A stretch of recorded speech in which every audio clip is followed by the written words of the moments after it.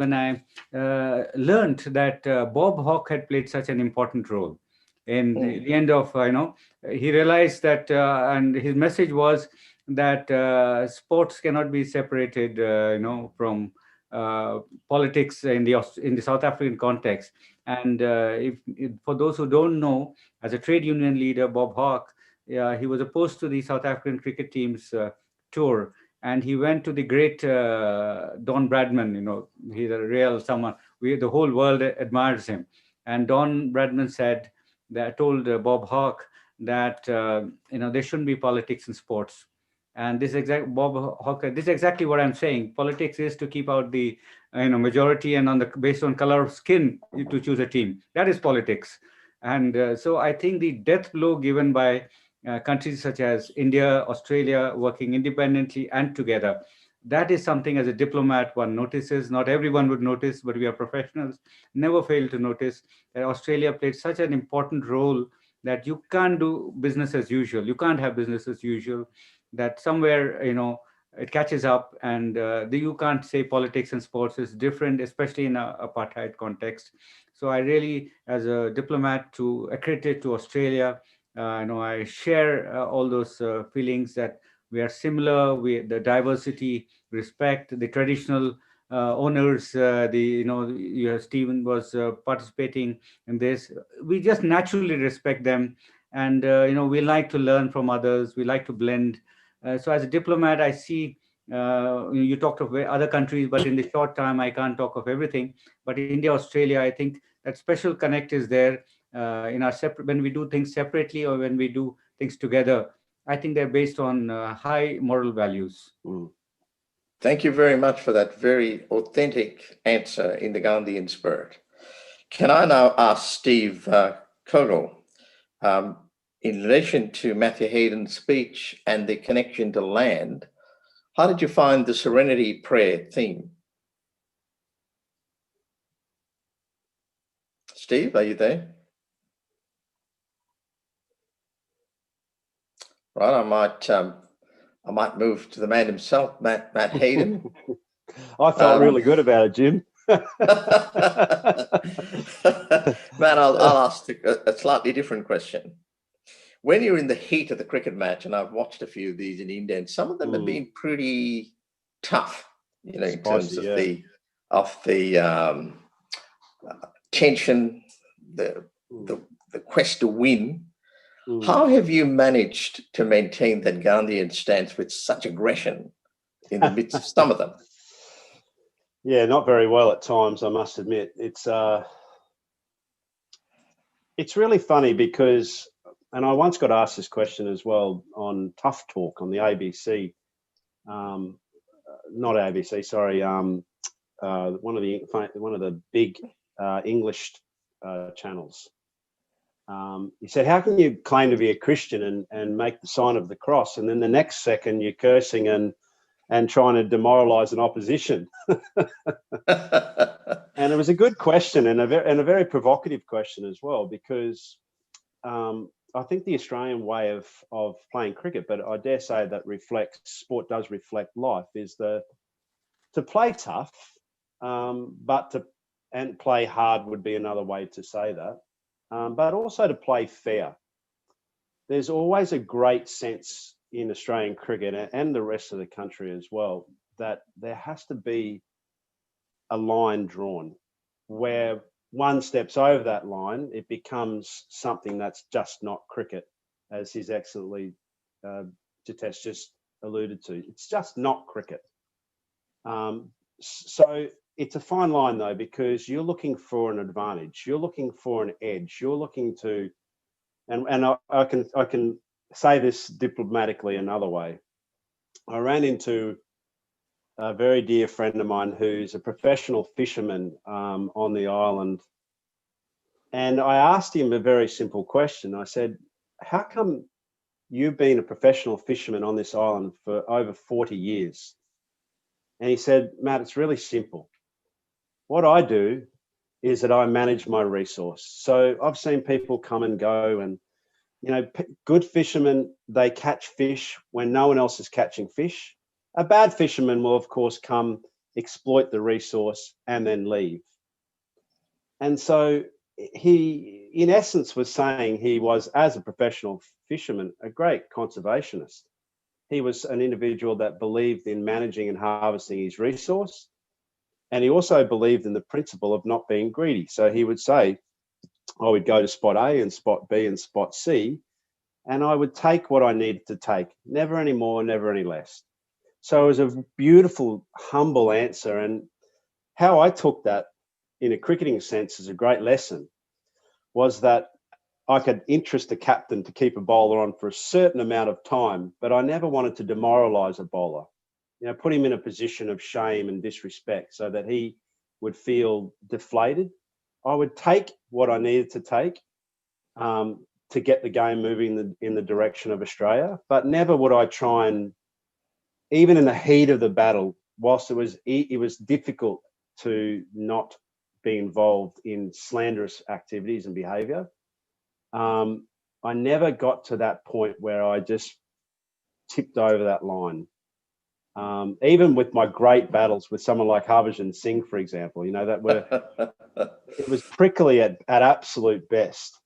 But there was a great mutual admiration, and I sense that you will have all seen that now post cricket, where the stakes aren't as high with the actual performance, but now we're collaborating in a media sense, and there's always this great mutual banter. And even someone like Shoaib Akhtar, for example, that he was such a huge charismatic character, but there was this great affiliation and connection to each other and mutual respect. I mean, there has to be, right? Someone could actually kill you. No, thanks for sharing that. I mean, that's a very good answer for our audience today. And I think Steve Coggle is back on. Are you there, Steve? I just had a text message that you had logged on. Well, it doesn't look like he has. So can I ask, you there, Steve? I was going to ask you, what is your view of the speech, the very brilliant speech that Matt gave, particularly in relation to the Serenity Prayer? What does that mean for you in terms of the connection to the land?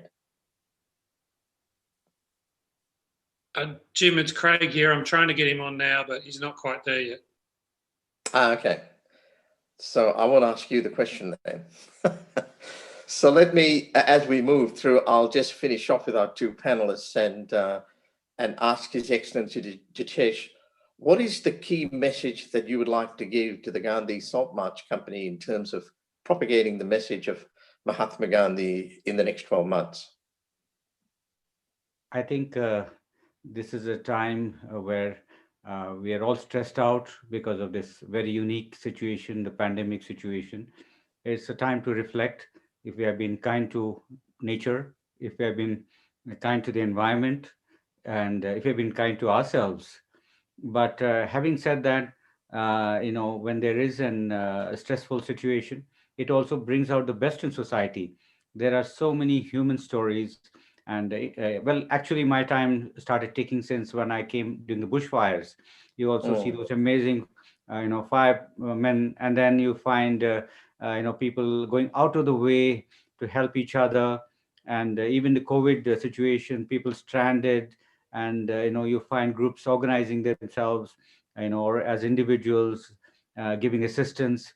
So I think that's the spirit, and that is the Gandhian spirit, and that is the way human society is built. Love, even people you don't know, compassion, love, affection, that is something which we need to sustain. So that's not my message, that is a universal message, a message which very important to Gandhi, very dear to him.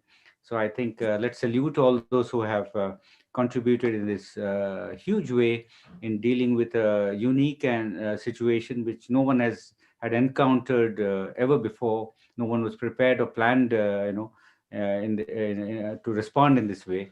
So we should keep following the lessons that we have learned and shown the kind of compassion and love that we have shown. Let's keep doing that. Thank you very much. That's a great message. Matthew Hayden, what is your take-home message for the Gandhi Salt March Company for the next 12 months? Yeah, thanks, Jitesh, as well. That was beautifully communicated. For mine, it's just taking a little bit of extra time.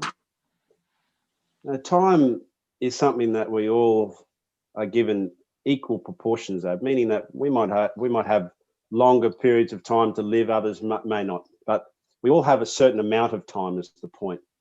And so my quest in life is about connecting people on purpose and with purpose. This is why this movement is such an important movement, because the purpose is peace and tranquility. And I think those make impact. They create a positive wake that can be enjoyed and can be shared. When you're tense and you're scared and you've got this anxiety, they're all signs that there are negative effects of whatever it is that you're doing. So if I can part on a message, it's to be kind on yourself, to be kind on others, and to connect on purpose rather than profits. There's only so much that you need in life, and one of the major considerations is on love and how much love that you have, and living your life on a daily basis. As I said in the first part of the prayer, living with gratitude, seeing the glass half full, just by attitude. Stephen Waugh once said, and it was actually in India, Jim, in the Chennai Test match, which we lost. Before, he looked around the group and there was little grizzles and moans. It was hot and typical of Tamil Nadu weather. It was humid, and there wasn't the conditions that everyone was used to. It was a little tricky, a little difficult. And he made a remark which has made enormous impact on me, and it was on reflection of attitude. He said to the team, guys, if your attitude was contagious, is yours worth catching? And I thought that was a very clever way to turn around and think introspectively about what you're actually doing, and was it actually something that people would want to be around. And I'm sure that Mahatma Gandhi, his attitude was certainly contagious. We can't and will never be able to ever divert from the values and principles of the great soul, as we haven't with other spiritual leaders that have been mentioned on the course of this webisode. It's been with great honour and privilege that Nelson Mandela has come into our life. That various ministers of faith, that have been able to just share their love and their presence. So be kind on each other is a simple message. Thanks so much, Matt. That's a very inspiring message, as indeed from High Commissioner Jitesh. It's now time for us to leave this very rich conversation. It's been very rich and inspiring. And let us move to music with Sonam Kalra. Now, Mahatma Gandhi said, music does not proceed from the throat alone. There is a music of mind, of the senses, and of the heart. At the Gandhi Salt March Company, we're delighted to have multiple award-winning singer-songwriter and composer Sonam Kalra. As she's in that rare breed of musician who's been trained in both Indian and Western traditions of music and is equally adept at both. Sonam's unique take on Sufism, which blends the many voices of faith through poetry, prayer, and music to create one universal voice of faith, has earned international acclaim. Indian classical sounds and Eastern spiritual texts are enriched by elements of poetry to create a sound that touches every soul. The Sikh morning prayer blends into the lilting strains of the Sufi saint Kabir Das words. Punjabi poet Baba Bulleh Shah's voice is juxtaposed with Persian poetry, which flows into Amir Karasuro's poetry, while a Buddhist chant gently shares the stage with the Sufi kata, revealing that no matter what the language of the lyrics or the ethnicity of the sounds, there is but one language, the language of faith, and that is the universal truth. So let's now listen to Sonam Kalra.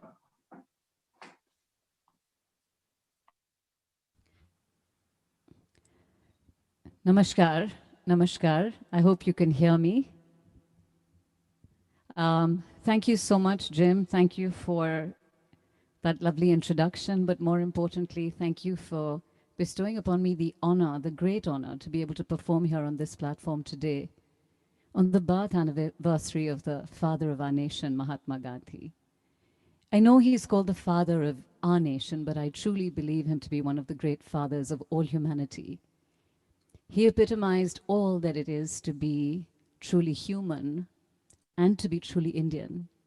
His principles of truth, ahimsa, non-violence, equality, welfare for all, tolerance, acceptance, inclusion, and service to all are principles that all humanity needs to be reminded about and to live by. He always said that in a gentle way you can shake the world. Beautiful words to live by, words that resonate with so many of us. And I can, after having listened to so many of you speak so beautifully, so eloquently, His Excellency Gitesh Sharma ji, you, of course, Jim, Chair for the Gandhi Salt March, His Excellency Barry O'Farrell, and of course, legendary cricketer Matthew Hayden, though I think, Matthew, you certainly have a new career paved for you as a wonderful orator. It was so interesting to listen to you talk of Gandhian principles in everyday life.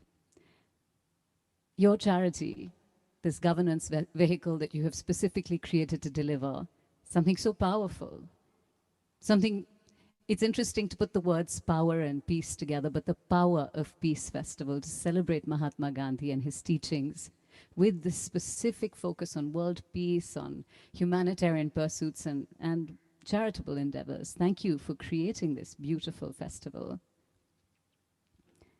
It is, of course, a privilege to be able to honor the healthcare workers and essential workers. We would be nothing. We would be nothing without them. We would be nothing without the fact that in this difficult time, and I know we call it a difficult time, but it has also been such an incredible time because it has been a reminder, a wonderful reminder that we are all children of humanity. We are all, in fact, more equal than we would like to believe. And that's the wonderful thing. It truly reminded us of that. And it reminded us that there is nothing we cannot achieve if we come together. The way the world has banded together in relief efforts, in trying to create a vaccine, in just the kindness of a neighbor, things we had never seen, in families coming together, in realizing what really, really matters. All these wonderful things. It has been a wonderful reboot in many ways. Gandhiji believed in the equality of so many different religions, and therefore the first piece that I would like to share with you is one of his favorite hymns. It's played most beautifully by our bagpipers on the Beating the Retreat in India just after Republic Day. It is absolutely a stunning rendition. Our rendition is slightly different. When I used to sing this just as a hymn, as a Christian hymn, and I sang it even though I didn't belong to this, I'm not Christian, but I've never believed that God has any religion, and religion is certainly not God. And so when I used to sing it, it was always very special to me. But one day I chanced upon the words of Sufi Saint Kabir Das, and I thought it was the most perfect, most beautiful answer, most incredible missing piece of the puzzle, because abide with me is a plea to God to watch over one, to be by one's side. And Kabir Das so very, very beautifully says, he says in one of his verses, he says, "Are you looking for me?" He says, "Why do you look for me when I am in the next seat? I am in the person next to you and my shoulder is against yours." He says, you will not find me in temples, in shrine rooms, in synagogues and in cathedrals, nor in masses or in kirtans. Not by winding your legs around your neck, by prostrating your head, by eating nothing but vegetables, but fasting. You will not find me in those places, not in outward displays of religious pursuit. When you really look for me, you will find me instantly. You will find me in the tiniest house of time. You will find me in every breath of every man. And you will find me in faith. Moko kahan dhoonde re bande? Main to tere paas mein. So this is our version, as we like to call it, of Abide With Me, with a little help from Kabir. On the other screen, you can see my wonderful... It's hard for me to call Ehsan my accompanying musician because he is so much more than that. He's a piece of my heart because we create music from the deepest depths of our heart.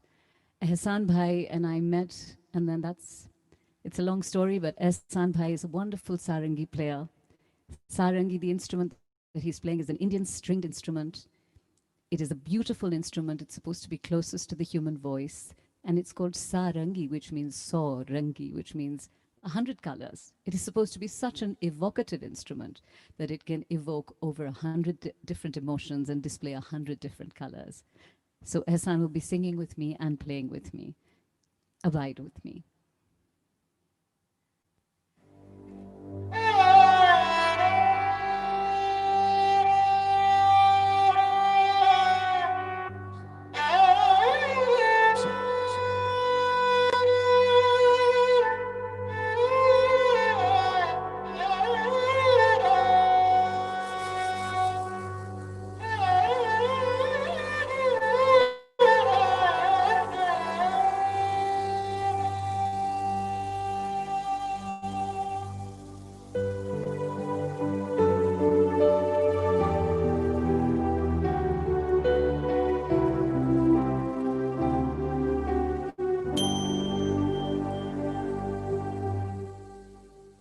Abide with me.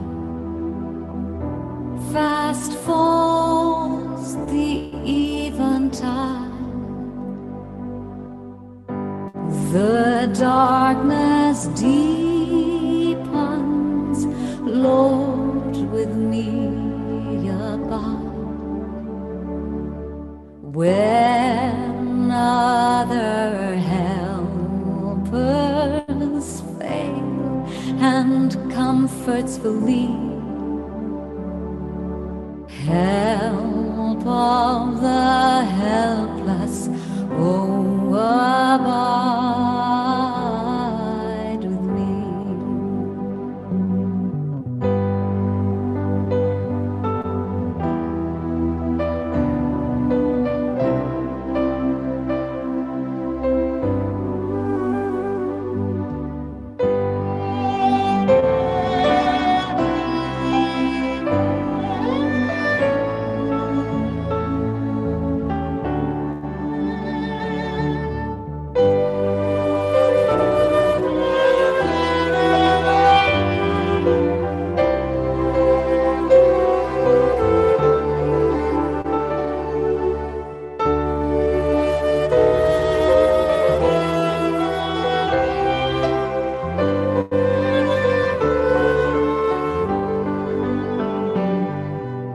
I need thy presence every passing hour.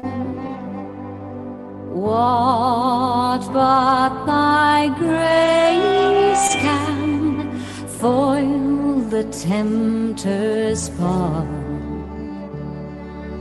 Who like thyself, my guide and stay can be? Through cloud, through sunshine, abide with me. I fear no foe, with thee at hand to bless. Hills have no weight and tears no bitterness. Where is death's sting? Where grave thy victory? I triumph still if thou abide with me.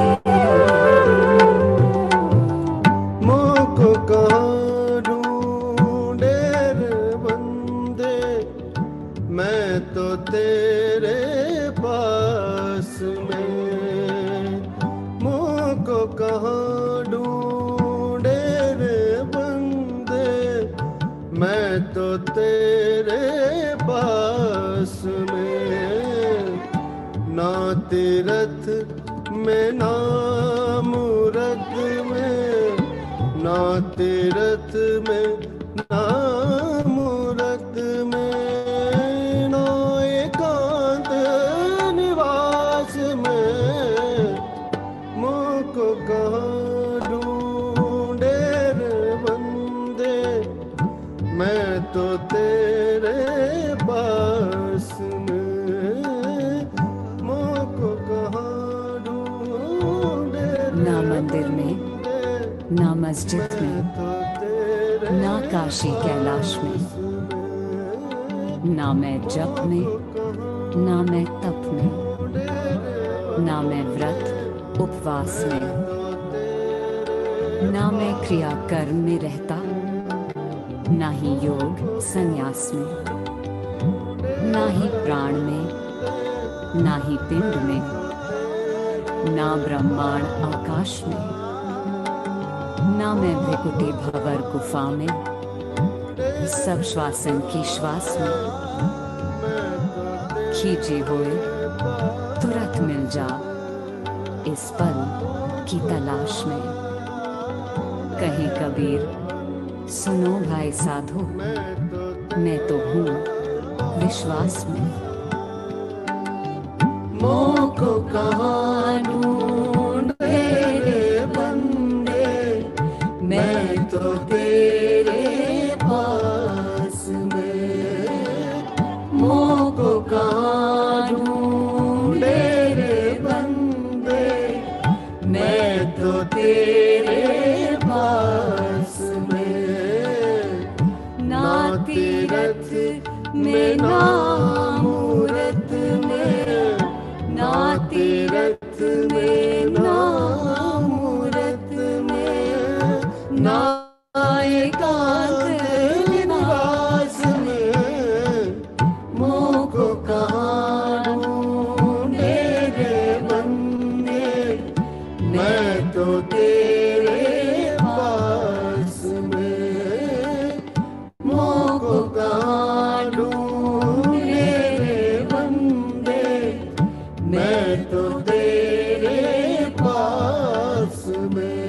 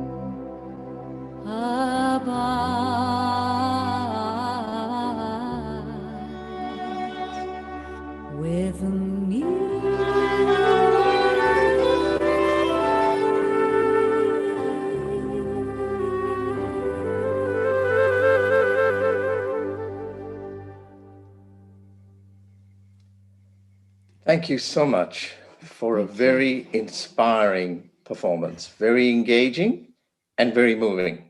Thank you so And much. I was personally reminded in the Gandhian tradition of Pope Francis's words that although the life of a person is in a land full of thorns and weeds, there is always a space in which the good seed can grow. You have to trust God, abide with me.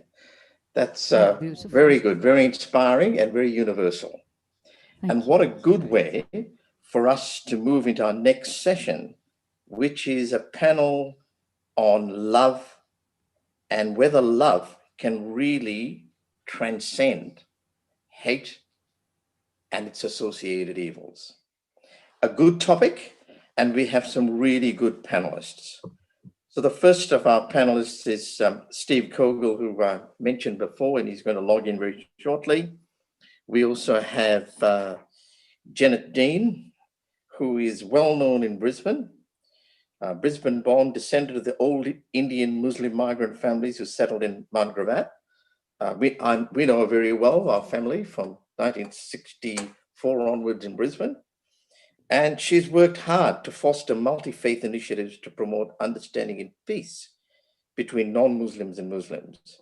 She's an exceptional and inspiring role model for the whole community and sits on a number of boards. We also have Swami Sithaya Jatan, who gave up his place in the royal family to serve humanity. So through his aristocratic origins, as a youth, he was fascinated by the communist movement in Kerala and was an active supporter of the student wing of the Communist Party. However, an accidental meeting with His Holiness Sri Sri Ravi Shankar way back in 1993 made a complete turnaround his whole life. The spark was more than enough to kindle the dormant traits in him to serve humanity and blossom into rarefied realms of spirituality, into a roaring flame under the careful and affectionate tutelage of His Holiness Sri Sri Ravi Shankar. Welcome. Can I also welcome Frank Brennan? Is he on the panel there at the moment? The Reverend Frank Brennan, Society of Jesus, is a extremely well-known community leader in Australia and a lawyer, a person of great ethics and belief. And he's also, for those who are Queenslanders, a Queensland great. And thank you very much, Frank, for coming here at such short notice. We really appreciate it. And it's wonderful to have Australians of your standing here to celebrate Gandhi's birthday. So let me kick off the panel session first with Steve Kogel and ask the question that Matt Hayden did his address on the Serenity Prayer. So Steve, what does that Serenity Prayer for you mean in terms of your connection to the land? Can everyone hear me? I'm not sure. Yes, we can hear you. Can you see me, Yep. Jim? Yep. I just missed the prayer from Matt. But I was just thinking about this afternoon about how our people, Aboriginal people, First Nation people, traditional owners, whatever you want to, and that's the world over, how we're connected to the land, how we, and specifically Aboriginal people, I can only speak with my family, how we don't move away from the land, how we keep those traditions, the land-based traditions that are so important to people, to keep a focus and a sense of belonging, a sense of participation through the land connections. One of the most common things amongst Aboriginal people is when you meet up with them, one of the first questions is, where are you from? And having thus said that, that will give the people an idea of the different connections that people have. You may know this person or such and such. But the other thing is that where I come from, which is Brisbane, Yagara country, and North Stradbroke Island, Quandamooka, Gurrumpul, my connections to there is a system of called Yuris. We call them Yuris. and their land-based yuris, they're totemistic symbols or animals where people are assigned those things in a tribal way. And it's their role to look after that land so that a specific animal can live in that land, and to look after it and to the environment of that land, but also that the land can produce to sustain, living. So, yeah, that sensitivity with land and connection to country is very significant and still very important to Aboriginal people in this day and age. Yeah. So, was there any questions? No, thank you for that. If there was one message you'd give to the Gandhi Salt March Company about the Gandhian message of love, what would that be from an Indigenous perspective? From an Indigenous perspective, love is a great principle in our society as an Indigenous people. I've experienced love. I've experienced the caring and the sharing that comes with that love, and what I know of Gandhi and his principles, I can see that there are principles that can be followed and duplicated by a whole range of people around the world. I just think it's a marvelous thing, and that a lot of Aboriginal people do walk in that love, do walk in that caring and sharing, and I think it's a universal thing as well. Thank you very much for sharing that with us. I really appreciate it. Now, my next question is to Janet Dean. I'm going to ask you a pretty provocative question because this is a provocative topic. Can love transcend? There's been a strong hostility of Hindus and Muslims. It started in partition in India. It's in different parts of the world. In Australia, it seems to be pretty well connected. Why is that? Why have you managed in Australia to have the harmony between not just Hindus and Muslims, but other groups? In Australia, we do not want to bring the baggage from other countries. We're in a brand new country that's offered us a new chance in life. We learn to integrate with each other, and because there's so few Asian people in the beginning when they came to Australia, we all connected together to support each other because we came from the Indian subcontinent. And when our family came from the Indian subcontinent, it was all India. And that they went through so many hardships when they had partition. Gandhi never wanted partition. He knew that the Indian people all lived together in the best way possible in harmony without a division. When they came to Australia, we all wanted to make everybody feel welcome.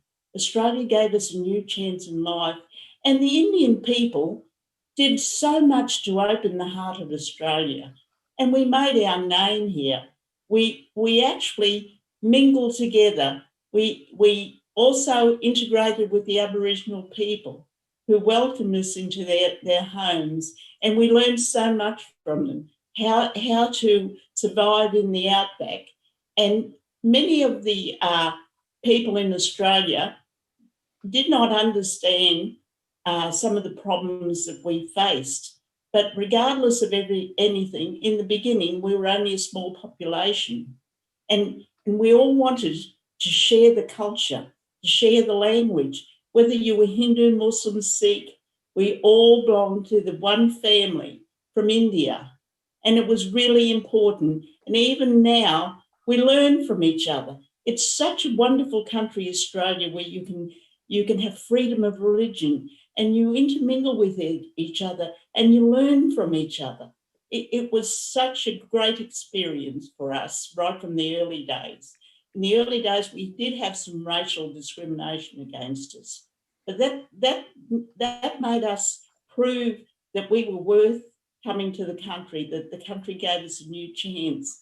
And by leaving the baggage behind, we started a new life and we learned to love each other. And love is the most important thing that a human being, animals, the flowers in the field, love is the essence of life. And to share all of that with each other in a new country was really important. And even now, being on the Faith Community Council, we're not only learning about the religions from India, we're learning about the religions from Australia as well. And we're now learning that everybody who treats each other as a brother and sister, as part of a family, we are part of the Australian family, no matter what country you come from. We are now a multicultural, diversified country. And the only way that we can survive in this country is through love. Ignore all the discrimination. Turn the other cheek. Do not fight each other. Learn from Gandhi. We really need to spread the message of love.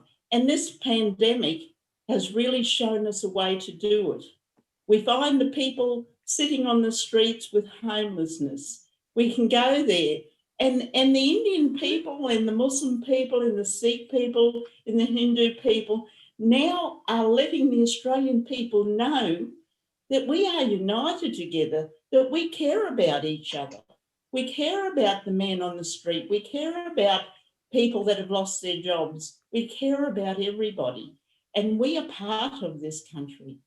And leaving all the hostilities behind, do not bring the baggage with you. Come here, start a new beginning, learn to appreciate each other, learn to love each other. That is the most important message that we can bring from Gandhi to Australia. And he was the father of the nation. He didn't want India to be divided. He knew that it would cause problems. And that's why we left the problems behind. That's my answer. Thank you so much for that answer. Swamiji, can I ask you the same question? What is your perspective in there and your hope for the future? Namaste. Greetings to all of you from the Art of Living Foundation. See, Gandhi Jayanti is an occasion to reflect on what we can learn from Gandhi. The ideals that Gandhiji set are an inspiration for generations. A sense of sacrifice, acceptance for everyone, an unbroken faith in satsang, that is the company of truth, and dedication to the welfare of people. I would like to quote world-renowned spiritual master, His Holiness Gurudev Sri Ravi Shankar Ji. He says, love is not an emotion, it is our very existence. That we are made up of the substance called love. See, a great philosopher can give a discourse on love, but you can't feel that. But when you are calm, centered, balanced, when you are just there, our presence speaks more than the words. Now, coming to this topic of, is this really possible? Can love transcend hatred and violence? I would like to give you an example which happened just a few years ago. Actually, in 2015, June, His Holiness Sri Ravi Shankar was conferred the highest civilian honor in Colombia. And after receiving the award, he had a meeting with President Santos. And that is when the president mentioned to him about the like 45, 50 years of violence that has been happening in his country, the tension between the FARC, guerrillas, and the government. So that is when Sri Ravi Shankar Gurudev, he said he would like to see what he can do. Initially, President was not optimistic, but Gurudev Sri Sri Ravi Shankar Ji, he flew to Cuba, that is where the FARC guerrillas were. And literally he sent a word to them that he has come to talk to them. Their first response was like, no, don't come, don't talk with us. You go and talk with the government. They are the people who are causing this violence. But then he conducted a meditation session, and they sent their people there, like spies, to find out what is happening. And then they said, okay, we would like to talk with you. So for 3 days, they had conversation with Master Sri Sri Ravi Shankar Ji, and also they underwent the breathing and meditation sessions. And at the end of the 3rd day, they had a press conference, and that is when the FARC guerrilla leader, he said, from now onwards, we are going to adopt the Gandhian ways of non-violence. This is history, and eventually President Santos, he was awarded the Nobel Peace Prize and all that. But everything, so here, just, this 3 days of that presence, of that love, of that communication that created the magic. So it is 100% possible that love can transcend hatred. See, the root cause of all the problems in this world is just stress. People don't know how to handle the mind, how to get rid of stress, how to get rid of tension.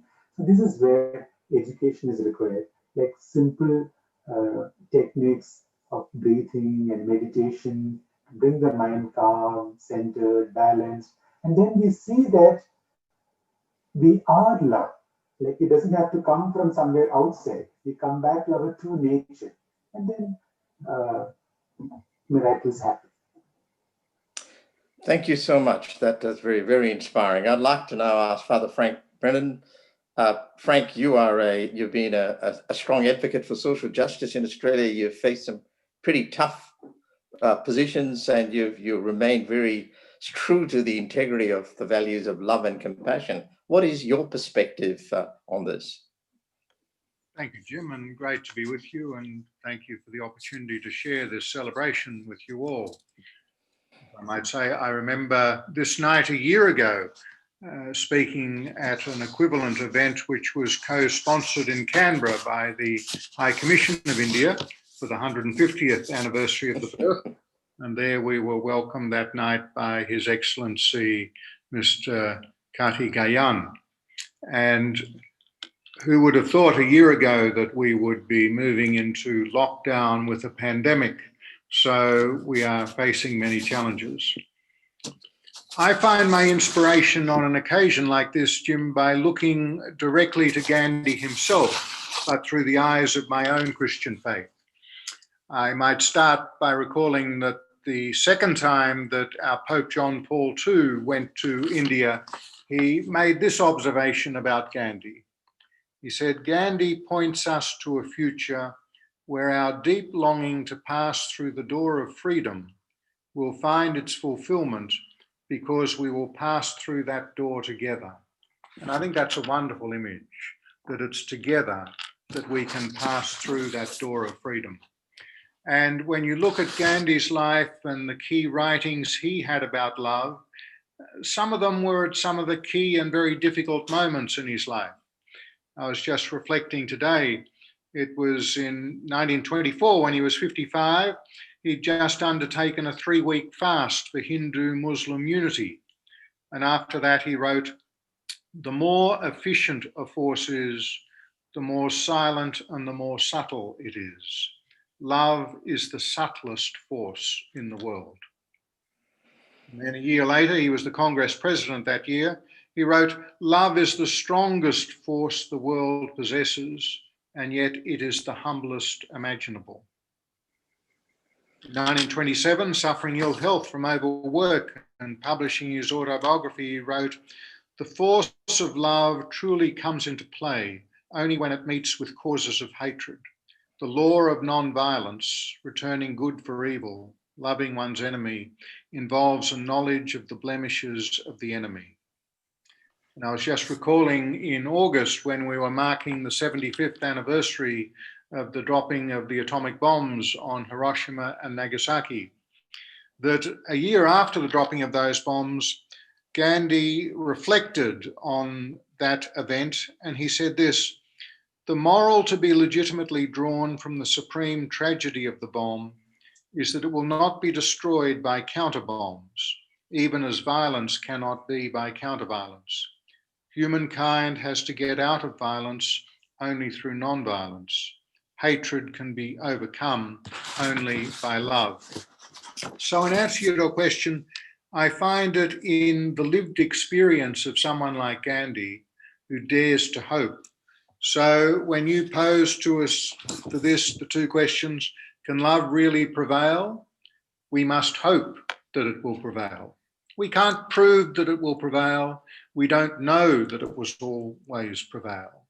I mean, let's remember, it was only 2 years after the statement by Gandhi in the light of the dropping of the bombs that hatred can be overcome only by love, that he himself was assassinated. But we must always maintain the hope that love can prevail. Is it real? Well, we'd better not doubt it, because if we do, all of us are left in that quagmire which we saw the other night in the Biden-Trump debate.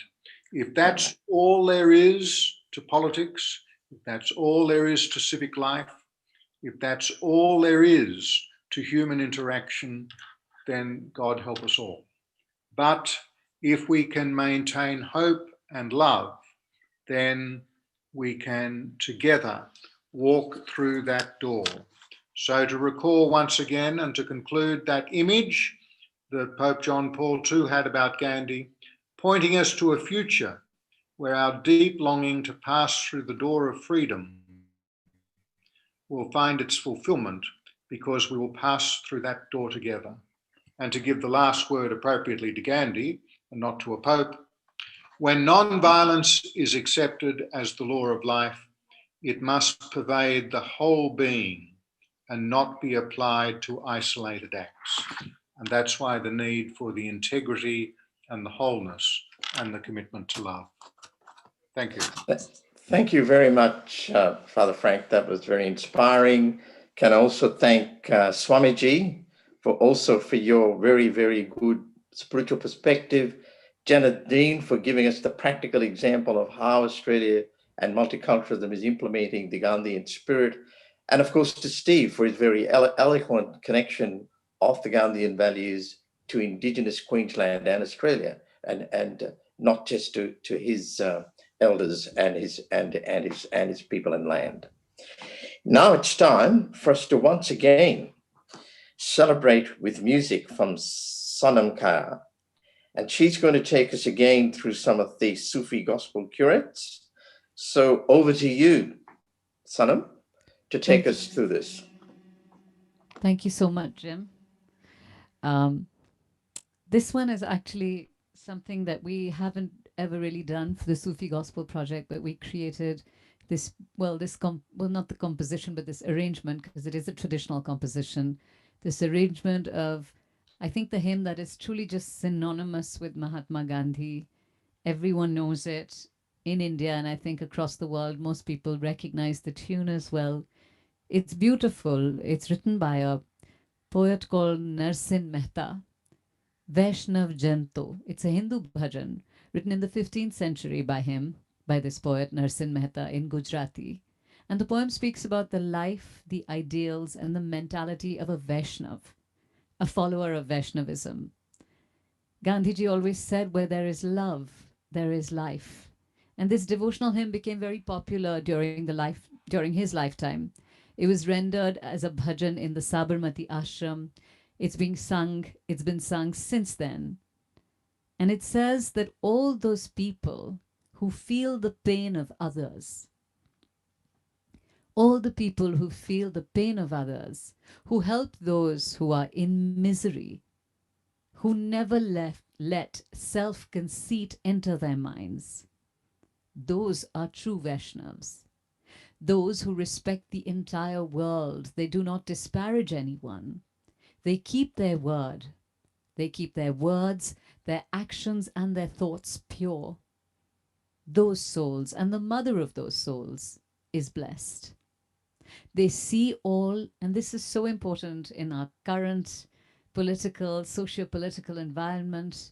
They say they see all equally. They respect other women as their own mother. Their tongue never utters false words, and their hands never touch the wealth of others. Vaishnav Jantu, tene kahiye.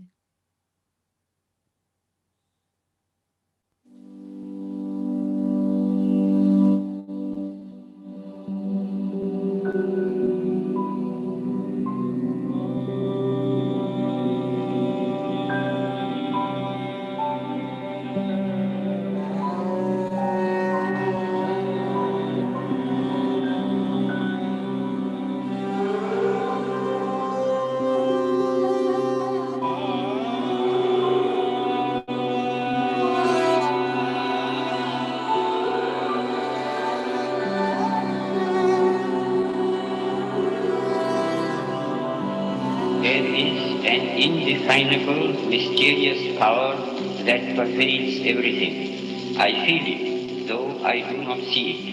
It is this unseen power which makes itself felt and yet defies all truth, because it is so unlike all that I perceive through my senses. It transcends the senses.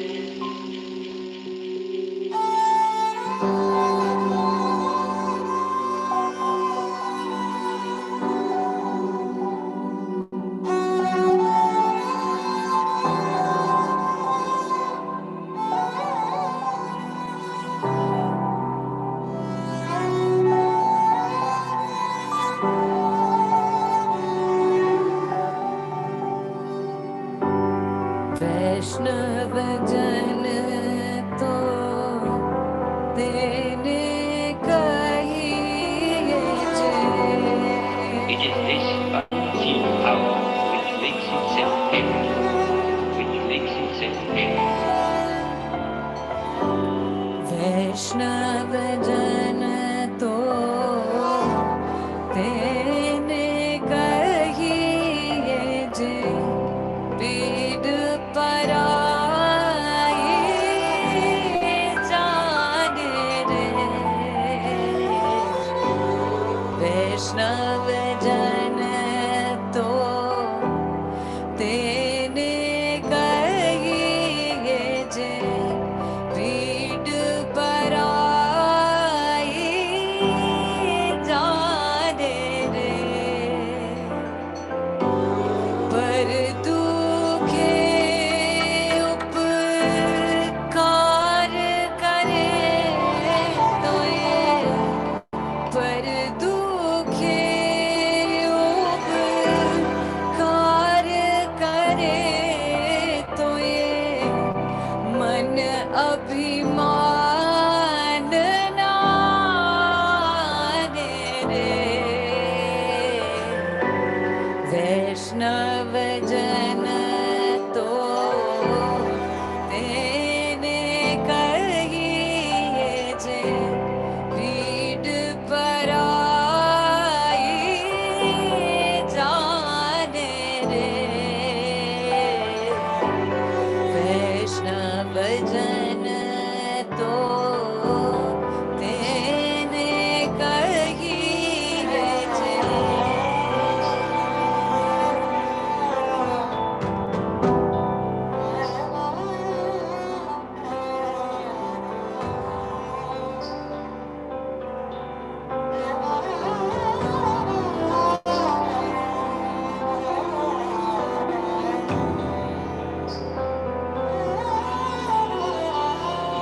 I see it as purely benevolent, for I can see that in the midst of death, life persists.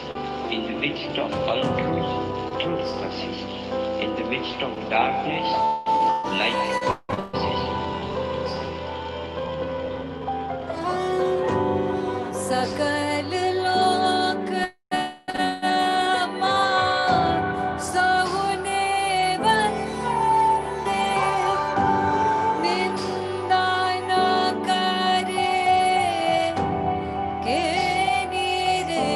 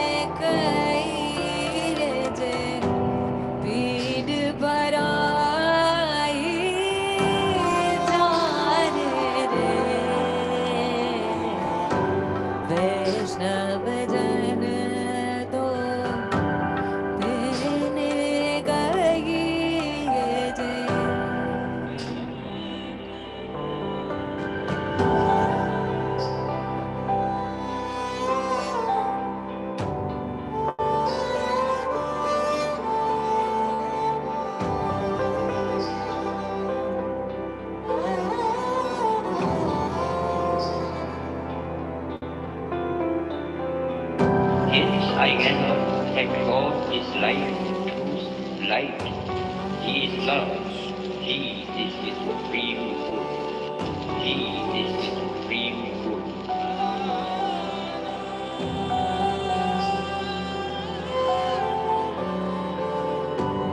समदृष्टि ने तृष्णा त्यागी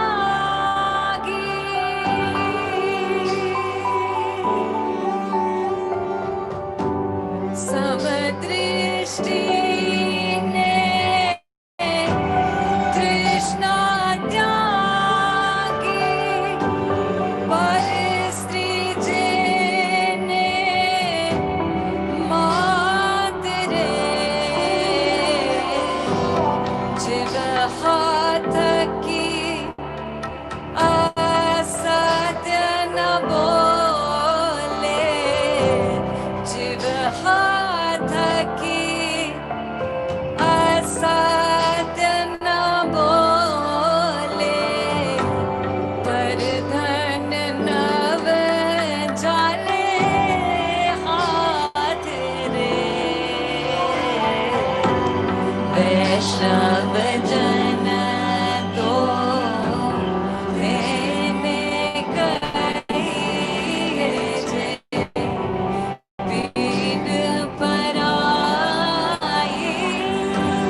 जान रे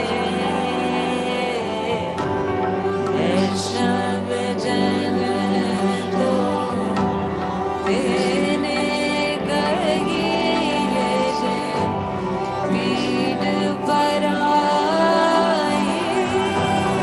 जान रे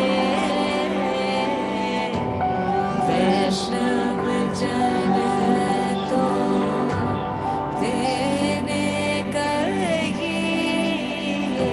जे It is this unseen power which makes itself felt and yet defies all, because it is so unlike all that I perceive through my senses. It transcends the senses.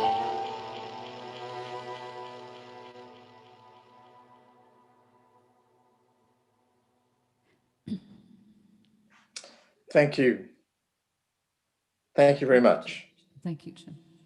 Well, that's been very inspiring for all our audience today as we come to the close of this great event that will inspire all our individual lives. Can I thank you, Sonam, and your group for inspiring music and for the very creative way that you presented the messages of Gandhi.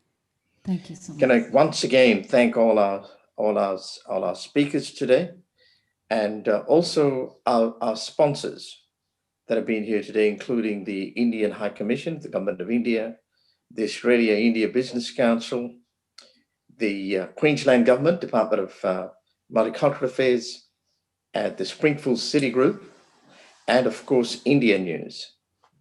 And I'd also like to thank those in the Salt March Company, Akashika Mola, who has really done an outstanding job in bringing this together. Craig Jones, who is the CEO of the Salt March Company. Krika Bansa, who has been helping us behind the scenes very effectively and also works for the Australia-India Business Council.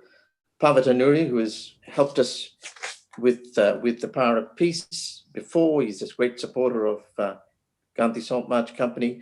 And of course, our very important directors, Nick Senapathy, the Deputy Chair and Director of GSML, Sham Das, the Director of GSML and President of the Federation of Indian Communities, that's also a strong sponsor of this event.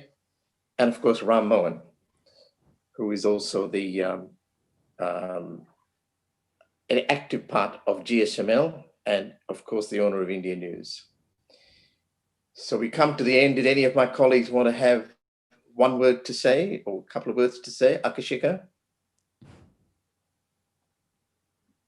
So much, Jim. And I really cannot thank everybody enough. To all of you who don't know me, my name is Akashika Mola, and I'm the Director for Strategy and Execution for this Power of Peace Festival. It's been really a deep honor to really go through the granular parts, to really build the PR, and deliver the strategy, which I hope you will feel in every thread and every unit of your cell, of your body as you sleep tonight. So thank you so much for all who joined in.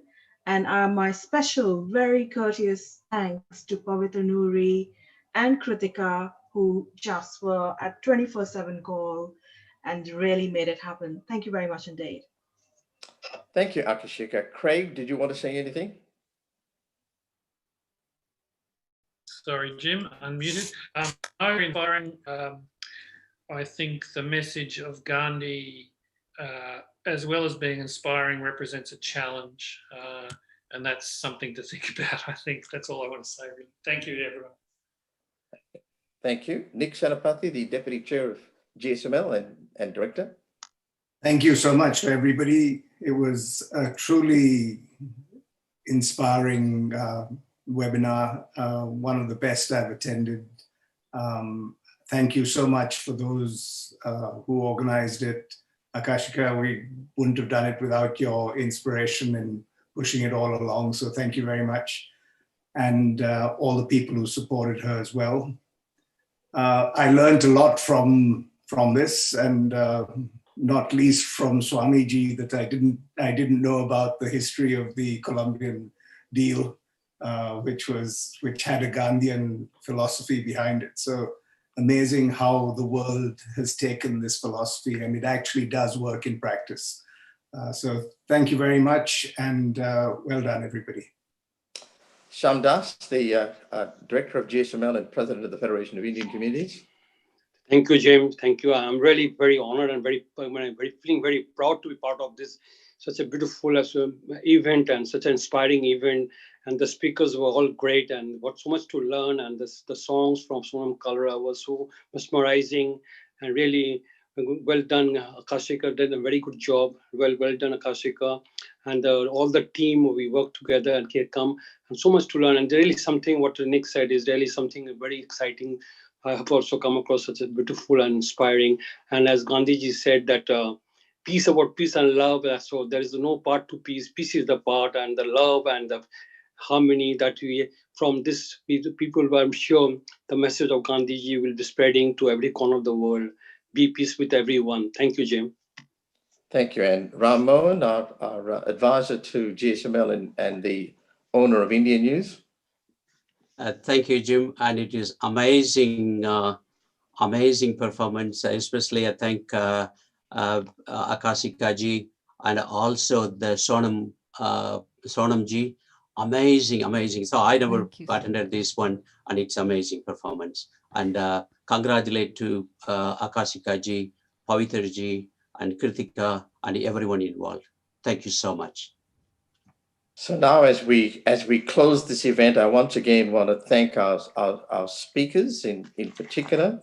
I'd like to thank Matthew Hayden for a really inspiring address.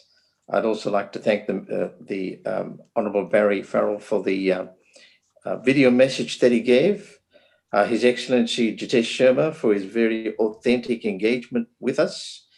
And of course, our panelists, which is Steve Kogel, Janet Dean, Swamiji, and Father Frank Brennan, who at very, very short notice accepted this invitation and gave a very comprehensive answer to the questions. So with that, let us celebrate this day, and we ask you all to do a Zoom clap, light a candle, ring a bell, and share their way of spreading love and morale boosting for health and emergency workers throughout Australia and the world. Namaste, namaskaram.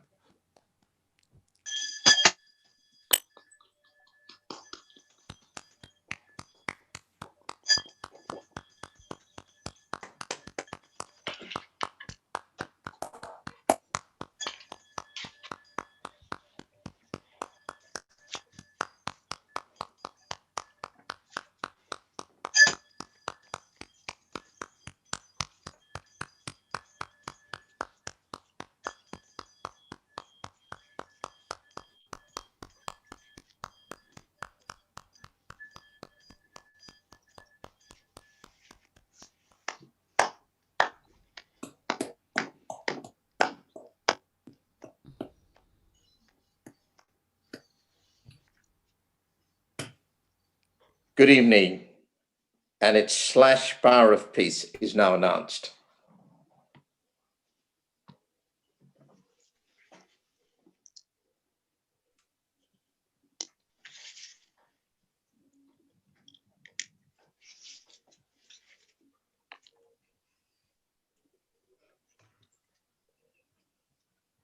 Good evening, and its / Power of Peace is now announced.